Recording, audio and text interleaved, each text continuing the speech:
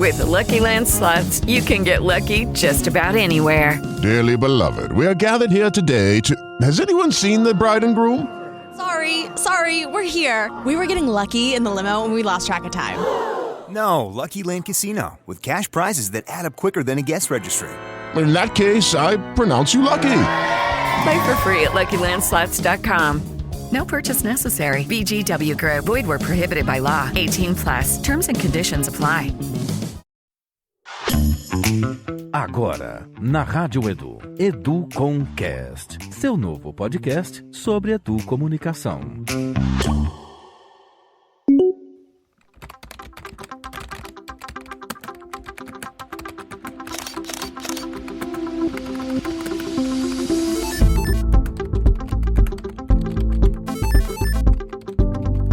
Olá, ouvintes da Rádio Edu!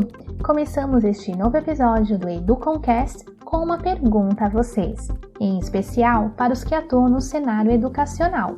Vamos lá? Quais metodologias ativas vocês têm usado durante a sua jornada pedagógica? Pensaram? Em nossos canais, compartilhe com a gente. Queremos saber se elas integram algumas das que apresentaremos nesta edição. Neste quinto episódio do seu podcast sobre educomunicação, as abordagens ativas entram novamente nos debates. Nós iremos destacar as que estão sendo mais utilizadas pelos professores da educação básica e do ensino superior. Eu sou Suéler Costa, também sou professora, e me identifiquei com várias delas. E você, Renato Indrigo? Olá, professora Suéler! Olá, ouvintes da Rádio Edu. Eu, que também sou professor, me aproprio de várias abordagens ativas e tenho certeza de que muitos dos educadores que nos acompanham vão se identificar com este balanço que será apresentado pelas convidadas desta edição. Receberemos as pesquisadoras Rosângela Medeiros e Juliana Pereira Alves, da Universidade Estadual da Paraíba, UEPB, que vão dividir com a gente os resultados de um estudo sobre as abordagens ativas mais utilizadas nos diferentes níveis de ensino. A pesquisa vem sendo aplicada e, até o momento, cerca de 100 professores já participaram. A partir dos resultados prévios, elas nos apresentam as mais citadas e também nos orientarão quanto aos seus percursos, as possibilidades de trabalho e os desafios para aplicá-las. Vale a pena conhecer as propostas que vêm sendo destacadas nos diferentes espaços de aprendizagem e se inspirar nas metodologias que atendem às novas tendências educacionais. Quem media este quinto encontro é a pesquisadora Gláucia Silva, do grupo de pesquisa MECOM, da Universidade de São Paulo.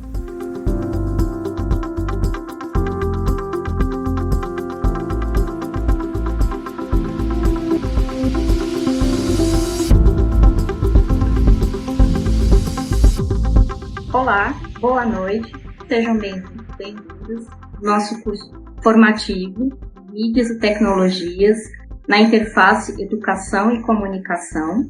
E, só relembrando, esse curso está sendo organizado e desenvolvido pelos grupos Polifonia, MECOM, e está sendo transmitido, essa live está sendo transmitida pela Rádio Edu Brasil em formato de podcast. Eu sou a Gláucia, integrante do MECOM, e eu vou estar mediando o nosso encontro nessa noite. O tema de hoje são as metodologias ativas mais usadas nas etapas de educação básica e no ensino superior. Eu convido aqui para aparecer as professoras Juliana e Rosângela. Olá, professoras, sejam bem-vindas. Muito obrigada pela presença de vocês. A professora Rosângela, ela é pedagoga, mestra e doutora em educação pela USP. Ela é docente desde 2009 na Universidade Estadual da Paraíba, no curso de Ciência de Computação. E já foi docente da Rede Municipal em Educação Básica, na Rede Municipal de São Paulo, por mais de uma década. Tem pesquisado e atuado em temáticas como cultura e educação digital, formação de docentes universitários e práticas pedagógicas digitais. A professora Juliana é licenciada em Computação pela Universidade Estadual da Paraíba, especialista em Design Instrucional e atua como professora da Rede Estadual da Paraíba com Informática Educativa. E atualmente está pesquisando as metodologias ativas no ensino remoto. Bom, como a gente já viu nos encontros anteriores, alguns autores, só para citar alguns, como Piaget e Vygotsky, eles concebem um aluno como ativo no seu processo de aprendizagem. Ou seja, ele é capaz de fazer reflexão sobre o seu aprendizado, interagir, aprender interagindo, experimentando, compartilhando ideias. Não é um recipiente vazio em que um professor ou alguém despeja conteúdo. Então, sendo assim, alguns movimentos na área de educação, como por exemplo da Escola Nova, lá no início do século XX, eles colocavam esse aluno como personagem principal no processo educativo. Então, quando a gente está falando de metodologia ativa, a gente não está falando de algo que nunca foi pensado, que nunca foi proposto na sala de aula e nas escolas. E no contexto atual da sociedade em que a gente está vivendo, permeada por uma cultura digital, as metodologias ativas, elas propõem que o aluno seja protagonista nesse seu processo de aprendizado. Então, o que mudou? A gente vai refletir um pouco, conhecendo um pouco mais das metodologias ativas que são usadas ou encontradas nas práticas pedagógicas. Por favor, professoras, fiquem à vontade. Boa noite a todos e a todas. Primeiramente, agradeço por dia, em nome da Glaucia, dizer que eu espero que seja um encontro que a gente possa dialogar e se inspirar, porque eu acho que o conceito central da metodologia ativa é a cooperação, né? O conceito, a base, você tá em grupo e podendo trocar, partilhar o momento, especialmente esse que estamos vivendo. Então, eu espero que seja uma partilha, né? Estamos num formato que é mais transmissível por conta da possibilidade de ter, mas a gente vai tentar fazer, né, uma conversa, vai estar aberto depois para isso. E vamos iniciar. A professora Juliana também faça suas considerações iniciais e também queria agradecer ela ter aceitado estar aqui comigo. Então, agradecer ao convite que foi feito, agradecer por essa oportunidade de estar aqui com vocês e compartilhar, né? Todo mundo tem um pouquinho a compartilhar, a aprender e a ensinar também. Quando o professor está ministrando algo, o que os alunos estão fazendo? A gente traz aqui a figura do girassol, porque é uma planta que tem movimento, né? Que tem atividade para além da sua biologia natural, mas ela se movimenta no decorrer do dia, né, com o sol, e os girassóis, quando não encontram sol, se alimentam da energia um do outro. Hello, it is Ryan, and we could all use an extra bright spot in our day, couldn't we? Just to make up for things like sitting in traffic, doing the dishes, counting your steps, you know, all the mundane stuff. That is why I'm such a big fan of Chumba Casino. Chumba Casino has all your favorite social casino-style games that you can play for free anytime, anywhere with daily bonuses. So sign up now at ChumbaCasino.com. That's ChumbaCasino.com. Sponsored by Chumba Casino. No purchase necessary. VGW Group. Void where prohibited by law. 18 plus. Terms and conditions apply. My dad works in B2B marketing. He came by my school for career day and said he was a big ROAS man. Then he told everyone how much he loved calculating his return on ad spend. My friends still laugh at me to this day. Not everyone gets B2B. But with LinkedIn, you'll be able to reach people who do. Get a $100 credit on your next ad campaign. Go to linkedin.com/results to claim your credit. That's linkedin.com/results. Terms and conditions apply. LinkedIn, the place to be. Para poder permanecer, eu acho uma metáfora muito interessante no momento, me representa, então a gente traz aqui que sejam os girassóis, né? A gente vai apresentar uma pesquisa sobre metodologias ativas mais utilizadas. Nós aceitamos participar dessa atividade exatamente porque a professora Juliana está desenvolvendo uma pesquisa relacionada e eu estou no processo de consultoria e orientação, e aí ela vai apresentar os resultados parciais que nós tivemos até então. Ela está em andamento, né? A primeira etapa é a aplicação de um questionário, depois, e aí a gente tem um resultado dessa parcial para indicar quais as metodologias ativas que estão sendo mais utilizadas, os desafios, inclusive ensino remoto. Depois a gente vai conversar um pouco com definições e tipologias das metodologias ativas, E o que a gente buscou foi mesclar a fala dos respondentes com a fala dos teóricos. Considera isso do âmbito da praxis, né? Porque nós que estamos na sala de aula temos a percepção e as vivências, né? Que os teóricos, por vezes, colocam as suas elucidações, né? E proposições, mas a gente tem a vivência. E aí nós temos professores de diferentes etapas do ensino. Depois a gente vai falar sobre motivos, acho que por que utilizá-las. Na verdade, eu venho acompanhando, né, esse curso e já assisti as lives anteriores. Nós vamos reiterar algumas informações, né, e trazer essa pesquisa como um acréscimo para dar voz a quase 100 professores de diversas partes do país. E depois a gente vai falar um pouco sobre práticas e desafios, certo? A nossa pesquisa, ela partiu da metodologia da pesquisa de campo, e ela teve como objetivo ela refletir sobre as possibilidades e os desafios do uso de metodologias ativas no ensino remoto, apontando as mais utilizadas. Objetivamos trabalhar com o ensino remoto porque esse vem sendo uma modalidade que todo mundo vem utilizando. Então, esse termo de metodologias ativas ainda vem sendo muito mais frisado agora por meio desse tempo pandêmico. Então, daí a gente sentiu a necessidade de observar como que o ensino remoto vem acontecendo, como que os professores, e se é que eles vêm utilizando as metodologias ativas, e saber também qual a experiência dele nesse período. Distribuímos nosso questionário aí nos grupos do WhatsApp, distribuímos aí com os nossos amigos, pedimos o compartilhamento, que eles fizessem o compartilhamento com docentes também conhecidos, e obtivemos 91 respostas. Dentre esses entrevistados, eles estão dispostos aí nas mais diferentes partes do país, sendo que um deles se prontificou em responder e estava na capital do Uruguai, Montevideo. Então, esses professores, eles atuam em diferentes níveis e redes de ensino. A nossa pesquisa de campo, detalhando a nossa pesquisa de campo, a gente começa aqui a caracterizar o grupo que foi investigado. Então, nesse primeiro gráfico aqui, vocês observam que foi perguntado qual é o nível de formação desses professores investigados. Então, aí, 45% deles possuem especialização, segundo maior nível de formação é o do mestrado, seguido de graduação, e o menor percentual aí é do público que possui doutorado. Segundo ponto a ser observado, a ser detalhado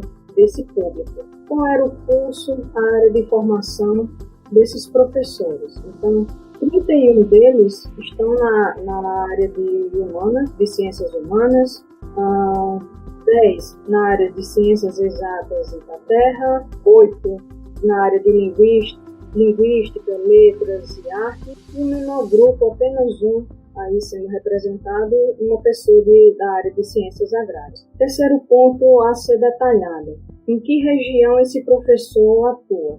Então, aí, mais da metade desse público entrevistado, 62% deles estão na região Nordeste, 30% na região Sudeste, e os menores números aí distribuídos no Centro-Oeste, Norte e um do Uruguai, como foi falado anteriormente. Informando mais sobre essas principais cidades aí que estão sendo detalhadas aí nas regiões, os maiores públicos foram da cidade de São Paulo, com 14%, duas cidades do sertão da Paraíba, com 7, Patos da Paraíba, com 7 professores, São Bento e Bom Sucesso, que também pertence à região do sertão da Paraíba, com 6 professores que responderam esse questionário. Então, logo em seguida, qual é a rede de ensino que esses professores atuam? Então, quase 50% do público desses entrevistados, 45%, 45,7% dos entrevistados atuam na rede pública municipal. 28,3% atuam na pública estadual e em terceiro maior percentual, na rede privada. Esses outros percentuais aí foram pontuados porque a questão ela deixava em aberto para o professor colocar se houvesse ele trabalhasse em mais de uma rede de ensino. Logo em seguida, a gente observa aí qual é o nível de ensino que os professores atuam. Então, 23,9% dos professores entrevistados, eles atuam no ensino fundamental. Logo em seguida, os professores atuam no ensino fundamental 2, com 19,6%, quase 20%, no ensino médio ou técnico. Quarto lugar, 17,4% no ensino superior e na última posição na educação infantil. Não, é interessante enfatizar que a presença maciça, né, de respondentes da educação básica, mesmo sendo uma pesquisa que faz parte de um projeto de pesquisa de uma instituição de ensino superior. Então, assim, a adesão e a participação desse público também diz algo, né? Outra questão que a gente resolveu perguntar a esses professores é que o que é que eles entendem por metodologias ativas. Então, a gente fez, pegando todas as... It is Ryan Seacrest here. There was a recent social media trend which consisted of flying on a plane with no music, no movies, no entertainment. But a better trend would be going to ChumbaCasino.com. It's like having a mini social casino in your pocket. Chumba Casino has over 100 online casino-style games, all absolutely free. It's the most fun you can have online and on a plane. So grab your free welcome bonus now at ChumbaCasino.com. Sponsored by Chumba Casino. No purchase necessary. VGW Group. Void where prohibited by law. 18 plus terms and conditions apply. People are driven by the search for better.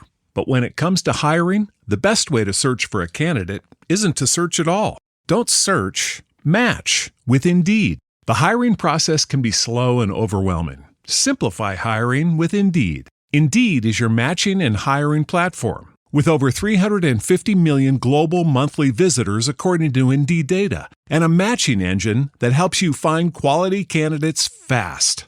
Ditch the busy work. Use Indeed for scheduling, screening, and messaging so you can connect with candidates faster. Join more than 3.5 million businesses worldwide that use Indeed to hire great talent fast. Listeners of this show will get a $75 sponsored job credit to get your jobs more visibility at Indeed.com/PODKATZ13. That's Indeed.com/PODKATZ13. Terms and conditions apply.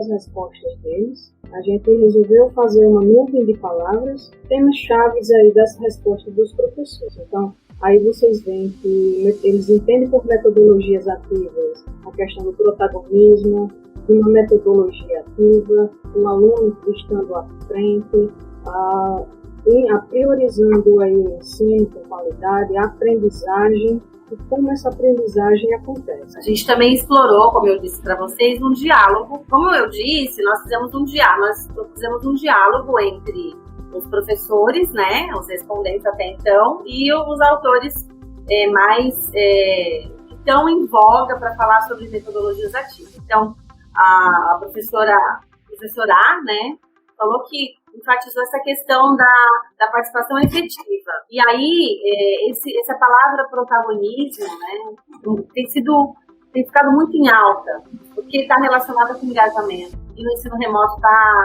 também está relacionado com câmeras ligadas ou desligadas, né?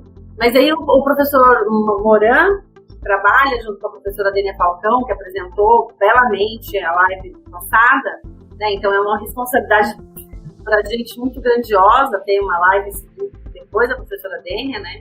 Mas o professor Moran fala o seguinte, que as metodologias ativas são estratégias de ensino, norteadas por princípios, né? Que enfocam a participação do aluno como agente ativo da aprendizagem, mas também da reconstrução do conhecimento, né? A aprendizagem conectada a esse processo de reconstruir o conhecimento. E a fala dos respondentes, ele tem um foco no processo. Uma outra definição, um outro participante, né, o respondente, é que as metodologias ativas são proposições pedagógicas do aprender fazendo. E, mais uma vez, o professor Moran disse que a gente quer aluno criativo, ele precisa experimentar em uma das novas possibilidades, né? Ele precisa estar fazendo, propondo, tentando, errando, consertando, avaliando, refletindo. É uma ação, né? É um aprender na ação, na imersão. E o professor Moran fala da aprendizagem maker, né?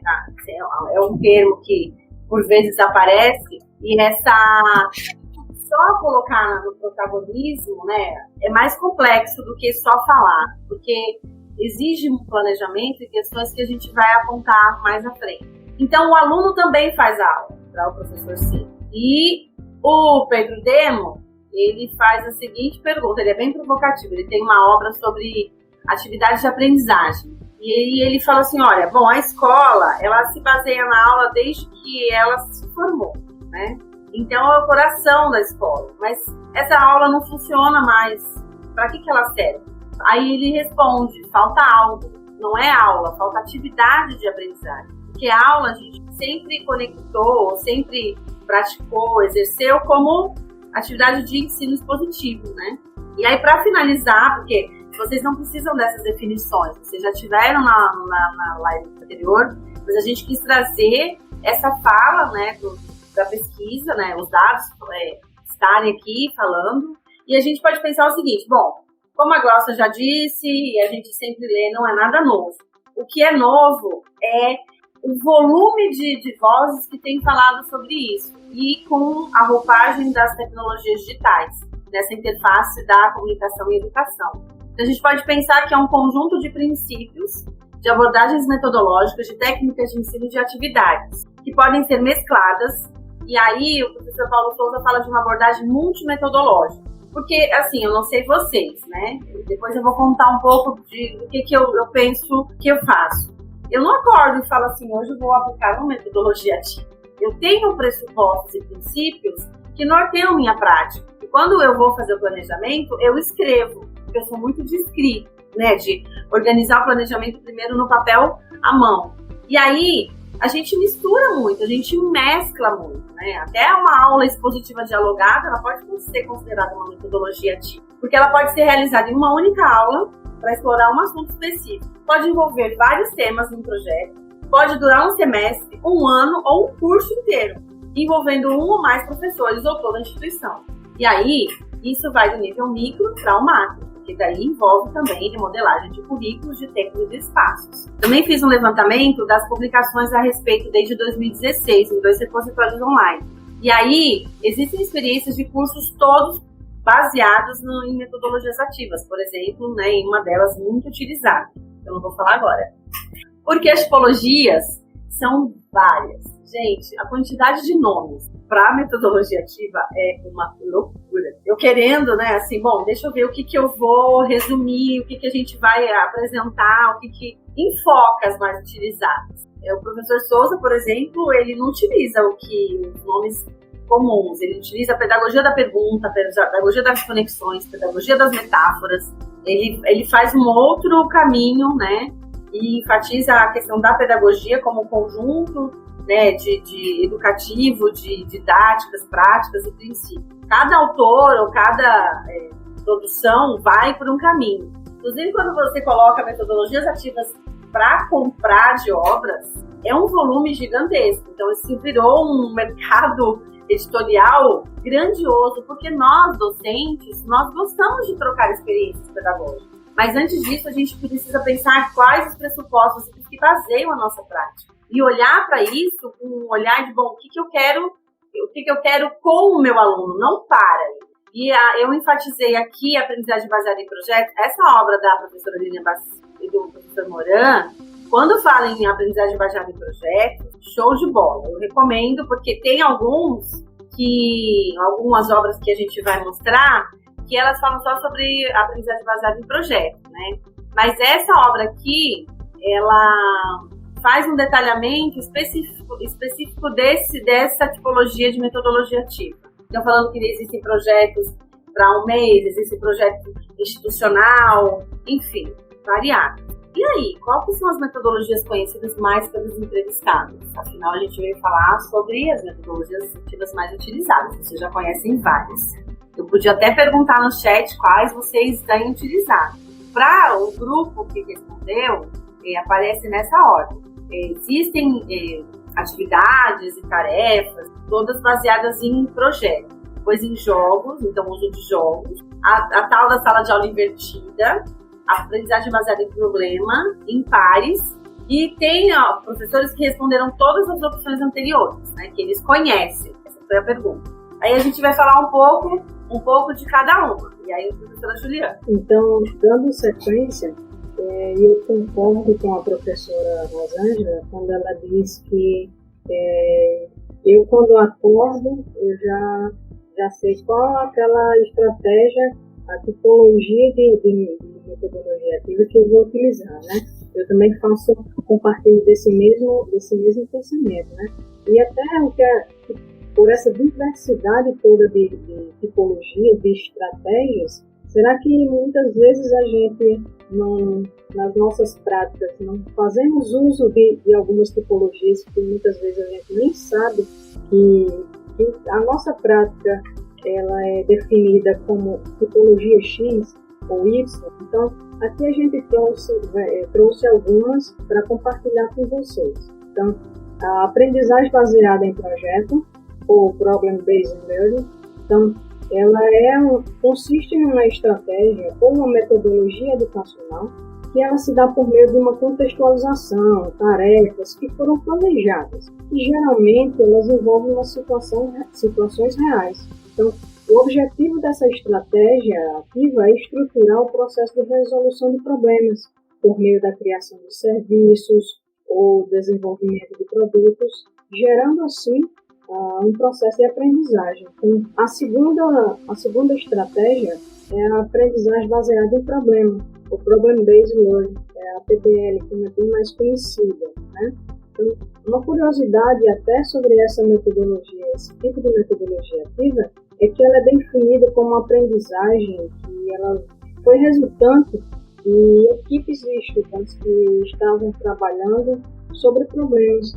E um dos primeiros relatos do uso dessa abordagem foi feita na Escola de Medicina, numa universidade pública em Hamilton, no Canadá. Então, estava sendo solicitado, vinha sendo solicitado aos estudantes desse curso de medicina, e trabalhar assim, em grupos para diagnosticar e sugerir tratamentos para sintomas comuns dos pacientes. Então, a gente vê aí também, está sendo listado aí, mostrado para vocês, que com esse tipo de estratégia, o que é possível que o aluno desenvolver? A sua postura crítica, que é melhorada por meio trabalhando por meio de problemas. A partir desse tipo de tipologia, é possível aproximar o aluno de situações problemáticas que ele vai encontrar no exercício da sua profissão. Isso é muito importante, né? Já está trabalhando coisas da sua vida, o exercício da sua profissão, já no seu curso, durante o seu curso. Então, o objetivo desse autor aí, ele vem falar que o objetivo da PBL é identificar um problema, é o aluno conseguir identificar um problema. E a partir daí ele definir as formas de como ele vai desenvolver a solução para esse problema. Aqui a gente traz similaridades entre a aprendizagem baseada em projetos e a aprendizagem baseada em problemas. Então, temos aí o foco em um questionamento ou uma tarefa. Vai ser possível desenvolver habilidades necessárias para o século XXI. Que habilidades são essas? Então, é a autonomia, é a capacidade do aluno estar trabalhando, desenvolver a competência de ser autônomo, capacidade de investigar situações que precisam ser resolvidas e como trabalhá-las, e também trabalhar em grupo. Alguns autores, como Olmos, 1996, e de Camargo Ribeiro, 2008, eles citam a dificuldade de definir e comparar essas duas estratégias ativas, por elas serem tão próximas serem tão similares. Então, pode acontecer de uma instituição que aplica a aprendizagem baseada em problema ser considerada por outra como que venha trabalhando no projeto. Então, mas tem que deixar claro que os fundamentos, os objetivos, as formas de trabalho são iguais para essas duas terminologias. É interessante a gente compreender que essas respostas, quando apontam que a metodologia ativa mais conhecida, né, é a de projetos, é porque na educação básica nós realizamos muito mais projetos do que no ensino superior, né? Eu tenho essa vivência das duas etapas e é impressionante. Quando fala de aprendizagem baseada em problema, o ensino superior tem mais experiência. No entanto, o nome que se utiliza para falar dessa metodologia ativa para a educação básica é outro, é a pedagogia da problematização, ou mesmo a questão, a proposta teórico-metodológica do Paulo Freire, né, teoria da pergunta. Mas se eu faço um projeto sobre a Lua, eu tenho uma história com um projeto com a Lua maravilhoso, eu sou apaixonada pela Lua, e aí os alunos viram a Lua pela manhã, quando eu era professora ainda do segundo ano da educação básica. E dali surgiu um projeto. Eu estava fazendo metodologia ativa? Sim.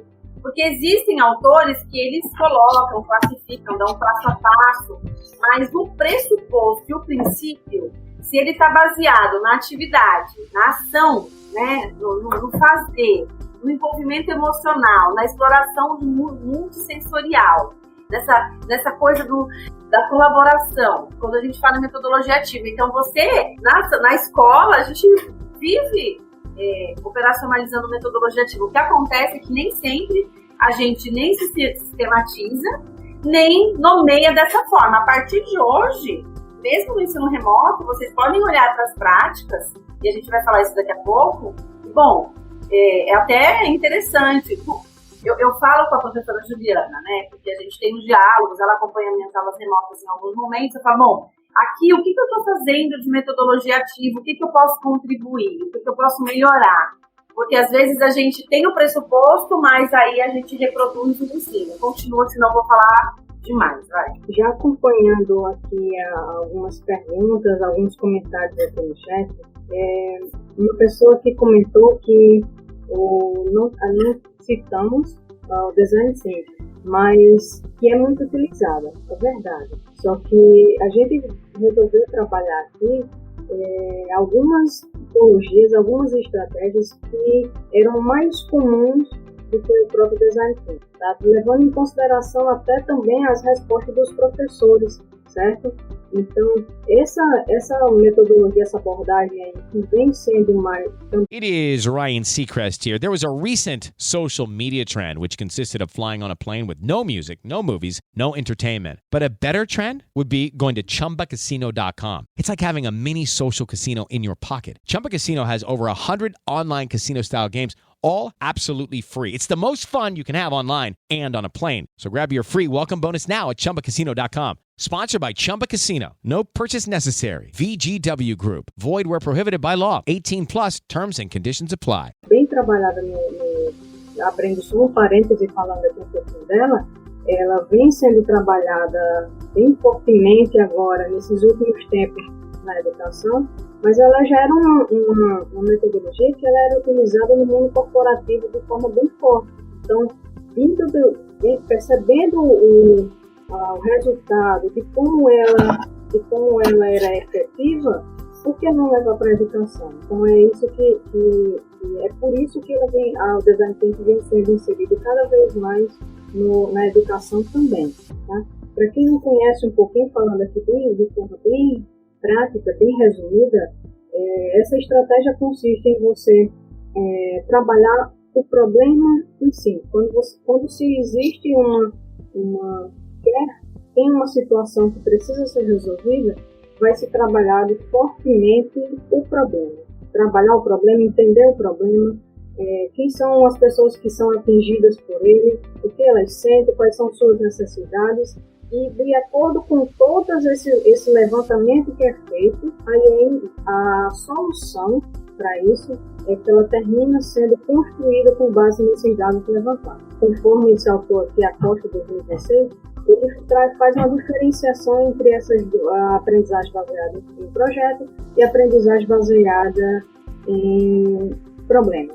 Então, a de projeto, ele fala que geralmente elas são multidisciplinares, certo? Então, acontece quando, geralmente no curso, então os professores eles se juntam e vão pensar estrategicamente como trabalhar um projeto que envolve todas ou parte das disciplinas. Então, ela tem uma duração muito maior, podendo ser levado de semanas até meses. Então, os passos eles seguem linhas gerais, os alunos têm uma abertura maior para caminhar, para desenvolver esse projeto conforme eles queiram, né? Então, vai ser um pouquinho mais aberto os passos desses alunos.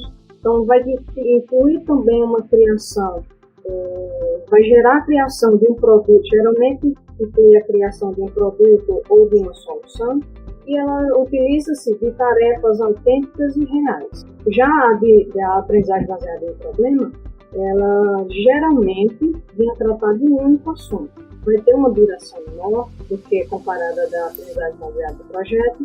Ela vai seguir passos que foram pré-determinados, seja pelo seu orientador, pelo professor, e o resultado ele pode ser uma proposta de solução, não obrigatoriamente venha a ser a solução utilizada. E envolve também um estudo de caso ou uma situação fictícia, inventada pelo professor para trabalhar aquela situação. Enfim. Bom, a gente também tem aprendizagem baseada em jogos, né? Tem uma questão sobre gamificação que a gente não vai colocar aqui, mas a gente, seguindo o professor Moran, né, optou por essa terminologia. E aí são elementos nos jogos que a gente insere nas nossas atividades. E como a gente já disse, que o professor Paulo Souza aponta, a gente sempre está organizando nossas aulas uma abordagem multimetodológica. Então, você envolve um jogo, você faz uma problematização, isso vai encaminhando para que esse aluno se engaje, seja o centro, né, do processo de aprendizagem. E aí tem as etapas, as recompensas que estimulam a participação, é possível ter competição entre equipes, né, de forma a agregar, mas também de cooperação, e sempre as metodologias ativas têm o norte do professor como articulador, como mediador, como curador, que agora é muito comum, né? A sala de aula invertida, eu acho massa, acho incrível quando a gente pensa assim, as atividades mais simples, como lembrar e entender, são realizadas em casa, e as mais complexas vão para o ambiente de sala de aula, né? O encontro com o professor e com os colegas. Nós já fazemos a lição de casa e diz algumas conversas e autores que pode considerar isso como sala de aula invertida. Mas o foco aqui é qual é a atividade, qual é o objetivo que esse aluno está cumprindo, está realizando em casa ou, né, fora da sala de aula. Porque o Jonathan Bergman, ele tem uma obra sobre isso, é um dos autores que é muito citado, né, sobre a sala de aula invertida. O aluno interage com o material antes de ir para a sala de aula. E o tempo de aula não é para ele ter contato com o conteúdo, com o texto, com o livro didático, mas ao contrário, ele vai trazer dúvidas, ele vai pensar em projetos juntos, vai fazer debate, e aí muda o foco de como é que você organiza o tempo, né, das aulas. E mais outra estratégia ativa que a gente traz para discussão, que é a aprendizagem por pares, Então, outra curiosidade é que ela foi sistematizada pelo Eric Mazin, da Universidade de Harvard, nos Estados Unidos, e esse professor, um professor de física, ele começou a pensar diferente nas suas aulas de física, como fazer com que seus alunos eles saíssem da mesmice de só aprender teoria e conceitos, que muitas das vezes não era possível, não se enxergava ser possível, colocar aqueles conceitos em prática. Então, outro ponto observado aí que é a interação, outra situação que a gente pontuou aí, que a interação ela deve acontecer de forma planejada, devendo haver assim a colaboração direcionada que é a necessidade de esclarecer o que de fato colocar os alunos em pares não significa que vai consistir em uma aprendizagem, né? É o ideal que esses pares eles sejam formados estrategicamente. O professor ele precisa organizar suas duplas conforme as aptidões, as dificuldades de cada aluno. Com isso, o professor corresponsabiliza os alunos no processo de aprendizagem. Então, de aluno para aluno. Então, dessa forma, os alunos eles vão poder expressar várias posturas. Entre elas, é possível que haja a exposição de algum conhecimento ou alguma habilidade que o aluno possa ter ou que venha a ser desenvolvida no decorrer dessa atividade que está sendo proposta. Outro aspecto interessante que é bom salientar aqui é que, por meio dessa técnica, aqueles alunos que são mais tímidos, né, eles se veem mais à vontade de tirar suas dúvidas com os seus colegas do que com o professor. Então, por fim, aí, esse trio de autores que é colocado aí para vocês, ele diz que há um fenômeno chamado de 2 errados dão certo. Então, consiste em uma situação onde entre 2 alunos, cada um com sua solução, ele vem a discutir colaborativamente e com isso vai proporcionar uma compreensão mais profunda daquela situação que está sendo trabalhada. E por meio dessa discussão que eles vão fazer, vai ser possível chegar a uma solução mais correta. Quando a gente apresentou as tipologias e as diversas nomenclaturas para metodologias ativas, é uma infinidade. Eu já disse que é um campo aí editorial muito frutífero. O professor Moran com a professora Lilian Bassi falam de aprendizagem por design, né? Eles não utilizam a expressão design thinking, mas tem esse caminho aí que a professora Juliana já explicou. E aí eu queria iniciar aqui um pouco, a gente fazer um pouco a questão do contexto. Por que a gente utiliza a metodologia ativa, né? Eu não sei se eu vou chover no molhado, como dizem, mas eu acho importante a gente ter essa clareza, que a gente tem uma vida online, né? Ainda mais hoje no mundo de vida remota, que é uma expressão cunhada por um grupo liderado pelo professor Luciano Floridi, né? Que fala que nós não temos mais a separação entre vida online e offline. Nós temos uma vida online, a gente está conectado o tempo todo. E aí a gente se configura uma vida híbrida. E os nossos estudantes, mesmo os que não têm acesso, né, é sabido que em média de 20% a 25% do Brasil, né, dos habitantes brasileiros, não tem acesso a nenhum tipo de internet. Então a gente tem aí uma questão da brecha digital que a professora da UFPE, Dora Padilha, aponta. Ou a gente tem pessoas que têm acesso, mas um acesso restrito, com dispositivos ultrapassados, com baixo acesso, né, a dados móveis. Mas a gente tem uma vivência no conjunto que o Michel Serret fala da polegarzinha, né, que os nossos alunos estão nos celulares. E a gente tem que pensar sobre isso, né? Pensar em colocar em atividade, colocar no foco do processo de aprendizagem e da nossa atividade de ensino, que ele no celular. Então é um desafio. E já todo mundo já sabe, assim, eu tenho ouvido isso há muito tempo, já há mais de 8 anos, que a gente tem dificuldade de atingir o interesse dos alunos no ensino transmissivo. Giz, Cuspe e Lousa não pega mais, porque eles têm o saber na palma da mão, né? A gente pensar os adolescentes, então isso se avantaja. E nós, além disso, a gente tem um contexto de novas demandas formativas. Para a gente pensar, bom, e aí, o que significa essa questão de colocar o aluno no centro do processo de ensino, de aprendizagem? A gente tem que pensar qual é a concepção que a gente tem, né? E pensar sobre planejamento e avaliação. Bom, é bem interessante os alunos criarem um vídeo, eles a gente organiza um projeto com outro colega de trabalho, e aí os alunos vão se comunicar, vão colaborar. Como é que eu avalio, especialmente no ensino remoto? Pensando nessa interface da comunicação e da educação, da questão do WhatsApp. Bom, às vezes a única forma de contato é o WhatsApp, né? Especialmente na educação básica. Isso na realidade não acontece no ensino superior, na instituição que eu atuo.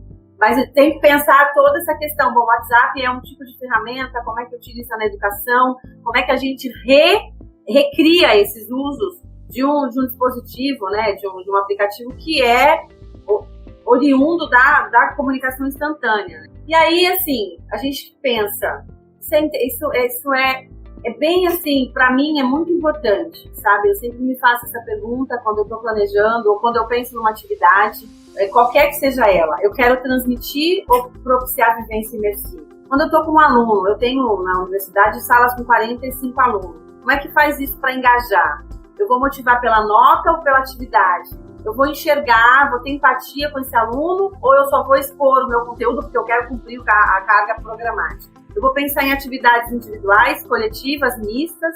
Eu vou pensar na cooperação. Puxa, mas no ensino em grupo, na atividade em grupo, né? Existe aí o peer-to-peer, que é em pares, mas tem outro nome também, que é em grupo. Eles que criam o grupo, como é que um vai se escorar no outro? Como é que eu avalio isso sem a gente estar no encontro de sala de aula? E a gente vai pensar mais na criatividade ou na autonomia?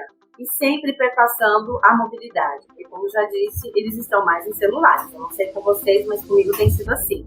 E aí, a gente tem que pensar nessa concepção de ensino de aprendizagem, qual é o papel que a gente pensa e propõe e possibilita que aconteça do aluno, né? Que ele tome a decisão, que ele seja criativo, que ele seja apoiado sim por materiais relevantes.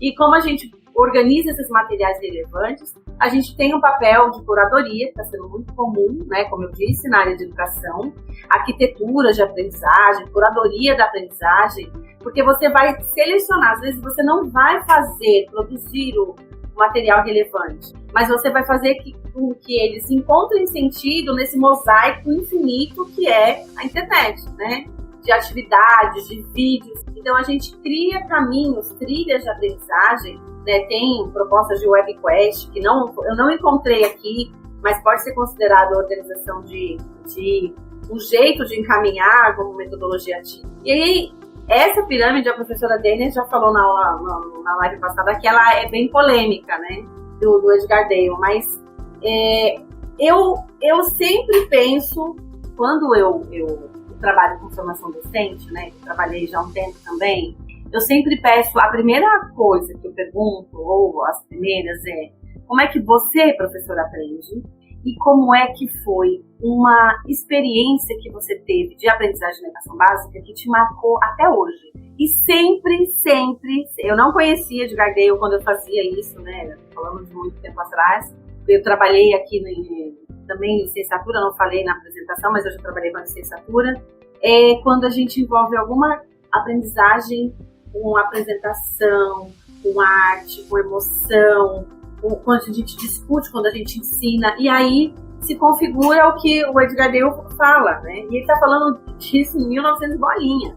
E a gente ainda não entendeu que a leitura e a audição, a aula expositiva, que é uma escola do século, né, 19, ela não funciona mais. A gente não entendeu, não estou falando professor não, viu, gente? Porque aqui não é para culpar o professor, não. Enquanto instituição escolar. How to have fun, anytime, anywhere. Step 1. Go to ChumbaCasino.com. ChumbaCasino.com. Got it. Step 2. Collect your welcome bonus. Come to Papa welcome bonus. Step 3. Play hundreds of casino-style games for free. That's a lot of games. All for free? Step 4. Unleash your excitement. Woohoo! Chumba Casino has been delivering thrills for over a decade. So claim your free welcome bonus now and live the Chumba life. Visit ChumbaCasino.com. VGW Group. No purchase necessary. Void where prohibited by law. See terms and conditions. 18+. Universitária, sério, não tem nem o que dizer, porque é uma morosidade para perceber que eu acho que agora, com toda essa questão, né, da pandemia, a gente mesmo tem que se enxergar para ver, olha, existe também uma outra teoria, né, que é a taxonomia de Bloom, que foi uma comissão formada em 1956, na verdade um pouco antes, mas ela foi publicada em 1956, Benjamin Bloom, que é um psicólogo e da área que também atuava em educação, que ele cria essa pirâmide, na verdade não criou a pirâmide, criou essa taxonomia, que é uma hierarquia, né? Então, aprender fazendo também aponta, como Edgar Dale, né, que é o caminho do objetivo de ensino para atingir a aprendizagem. vale dizer que a teoria dele foi alterada por um dos seus alunos em 2001, né? Foi publicada em 2001 pelo Laura Anderson e um outro David alguma coisa, assim, que é um nome que eles mudaram um pouco, porque não tinha esse verbo criar, né?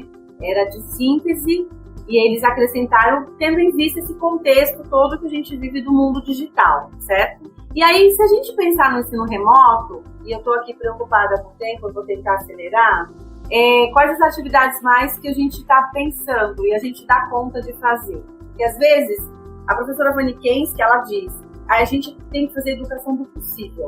E o que o nosso possível dá conta?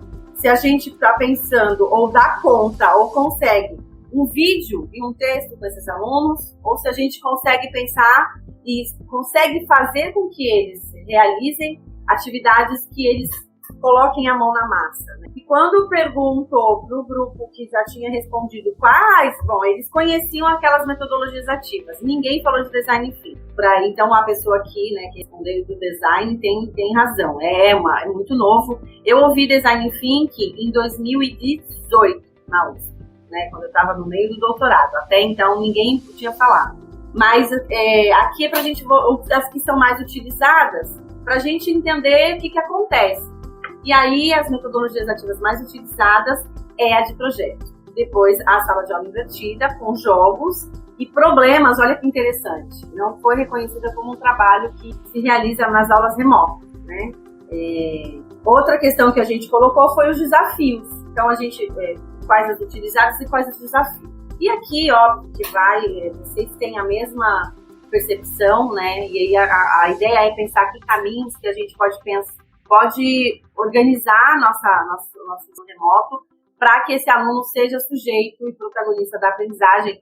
E não estou falando de um bordão pedagógico que virou moda. Estou falando de pensar mesmo nessa cooperação remota, nesse engajamento, porque os alunos não têm internet. Então, aqui, das respostas, né, 22 disseram que enfrentam problemas com acesso à internet, não só do aluno, mas às vezes da gente também.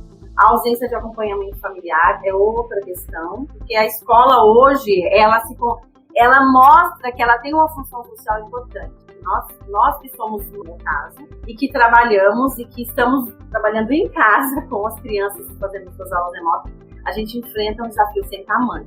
E aí, um ponto importante é a formação docente. Isso sempre aparece, e aí queria finalizar dizendo o seguinte: nós docentes e os nós da nossa docente. Qual é o nosso enquanto instituição, enquanto docente, enquanto corpo de uma escola, enquanto corpo docente de uma escola, enquanto grupo docente de um curso na universidade? Nosso enfoque é no que ensinamos ou como eles aprendem remotamente, pelo universo da mobilidade.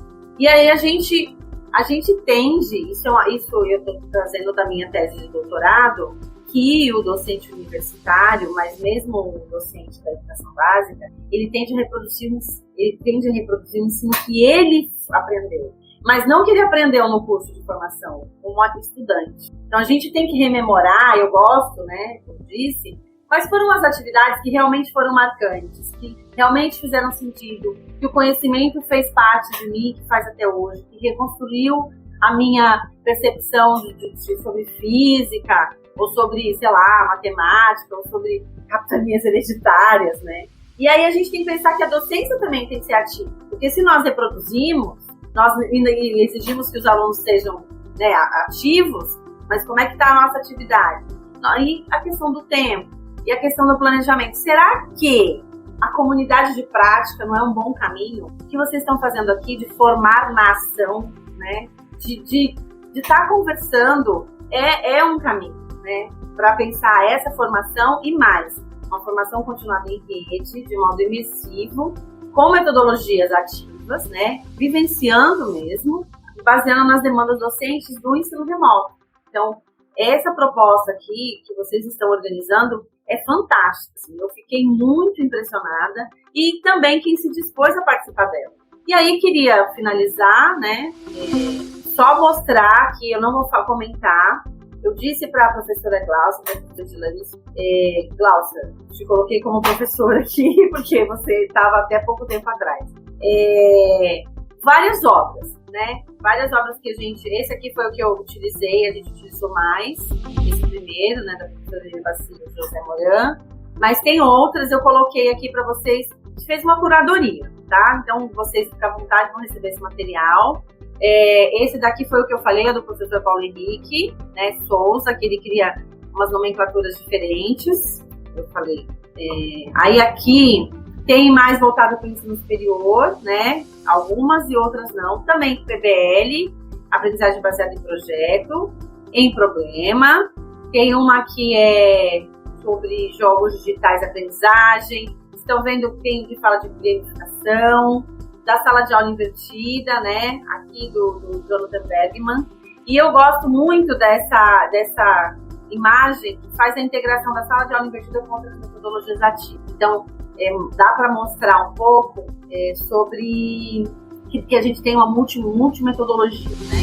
A gente não falou de ensino híbrido, porque a gente tem uma questão teórica envolvida, se o ensino híbrido é metodologia ativa ou se é modelo de ensino que dentro dele tem metodologia, pode ter metodologia ativa, mas tem autor que faz essa confusão, a gente não entende dessa forma, tá? Algumas aplicações aí que a gente identificou na internet, não é para a gente saber as ferramentas todas, mas saber da possibilidade da existência, né?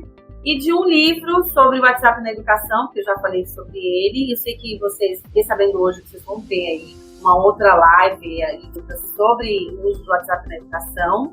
Para quem quiser entender melhor a taxonomia de Bloom, eu uso não só para objetivos de aprendizagem, mas também para realizar pesquisa, para pensar, ele tem os níveis cognitivos, né, os tipos de verbo, ele trabalha muito com verbo, então sugiro. E pensando nos verbos, né, aqui da taxonomia de Bloom, tem algumas. A professora Adelina Moura fez essa curadoria de ferramentas digitais para os alunos utilizarem, e o professor também. Então, achei bem interessante, especialmente esse, muito interessante. Mais uma, né, que faz aí a pirâmide, e o G Suite para a taxonomia de Bloom para os verbos em outra língua, mas dá para compreender, e as referências citadas na apresentação. Nosso contato e nossa direção. Eu acompanhando aqui o chat, eu vi que o Emerson Rodrigues, e obrigada, Emerson, por ter compartilhado a sua opinião conosco, ele cita que ele concorda com o que eu tinha falado, que os autores pontuam que os alunos eles se sentem muito mais à vontade de trabalhar, de discutir, de tirar suas dúvidas com o seu colega, com o seu par, do que com o professor, né? Então, principalmente se esse aluno não tem uma interação tão forte com o professor, né?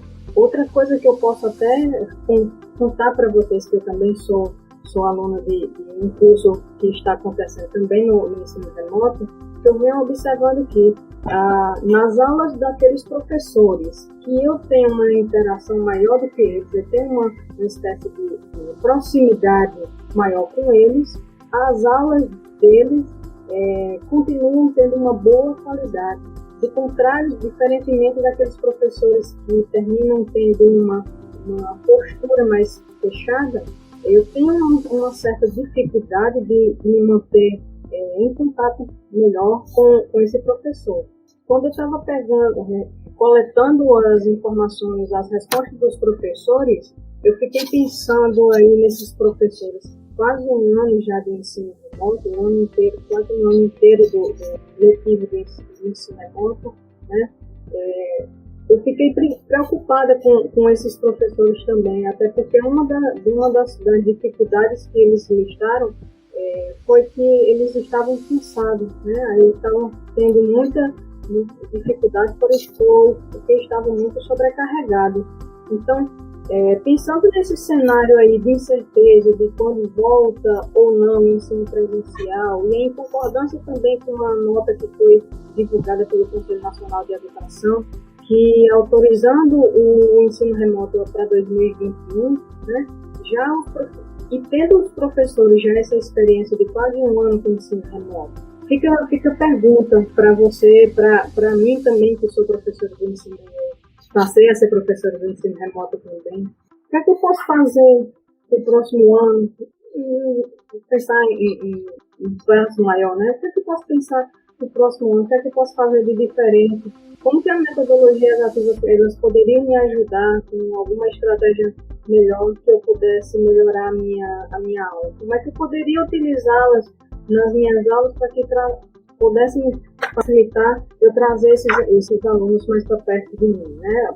Para perto de mim não, para a construção do conhecimento.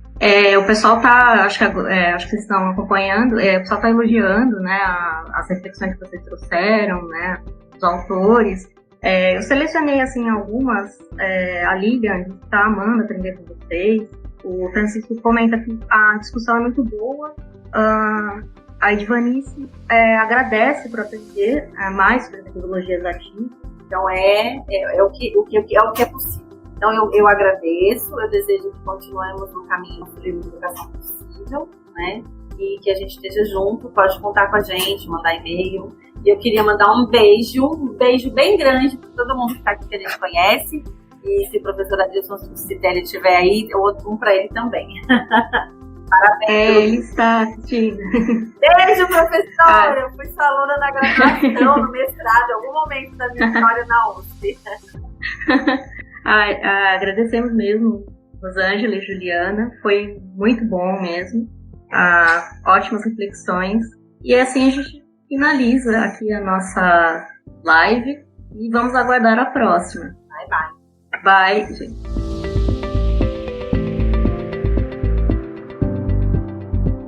Mais um encontro para nos atualizar com relação às nossas práticas no universo educativo. É sempre importante conhecer diferentes experiências e compartilhar os desafios que este novo modelo de ensino, o remoto, vem trazendo. E aí, você se identificou com as metodologias ativas destacadas? Sala de aula invertida, aprendizagem baseada em problemas, aprendizagem baseada em projetos, aprendizagem baseada em jogos, aprendizagem entre pares. São inúmeras as abordagens, assim como as nomenclaturas, mas todas, por serem ativas, colocam o educando no centro do aprendizado, incentivando a autonomia, participação, colaboração e sua integração em todo o percurso formativo. Embora as tipologias, nomenclaturas e terminologias sejam inumeráveis, as pesquisadoras destacam que a escolha de uma delas é baseada no propósito do nosso trabalho. Ao montar o planejamento de uma aula, temos de ter em mente as seguintes indagações: como eles, os alunos, aprendem? E como nós, os professores, podemos ensiná-los? A partir daí, nos questionamos quanto ao que queremos atingir com os nossos estudantes, o que desejamos que eles aprendam e de que forma este aprendizado pode ser conduzido. Com os objetivos definidos, as alternativas metodológicas são delineadas. São diversas as possibilidades no ensino remoto, assim como os desafios. Por este motivo, as convidadas sugerem a comunidade de prática, ou seja, uma formação continuada entre os educadores, realizada em rede, com a troca de experiências entre os pares para que uns ajudem os outros neste novo cenário da educação. Que tal criar um grupo como este em sua unidade escolar? Ficam as dicas das pesquisadoras. Até o próximo encontro! Este podcast é produzido pela Rádio Edu Brasil em parceria com o Grupo de Pesquisa Polifonia, do Departamento de Ciências Humanas da Universidade Estadual da Bahia, UNEB, e com o Grupo de Pesquisa MECOM, Mediações Educomunicativas, da Escola de Comunicação e Artes, ECA, da Universidade de São Paulo, USP. It's time for today's Lucky Land horoscope with Victoria Cash. Life's gotten mundane, so shake up the daily routine and be adventurous with a trip to Lucky Land. You know what they say, your chance to win starts with a spin. So go to LuckyLandSlots.com to play over 100 social casino-style games for free for your chance to redeem some serious prizes. Get lucky today at LuckyLandSlots.com. No purchase necessary. VGW Group. Void where prohibited by law. 18+. Terms and conditions apply.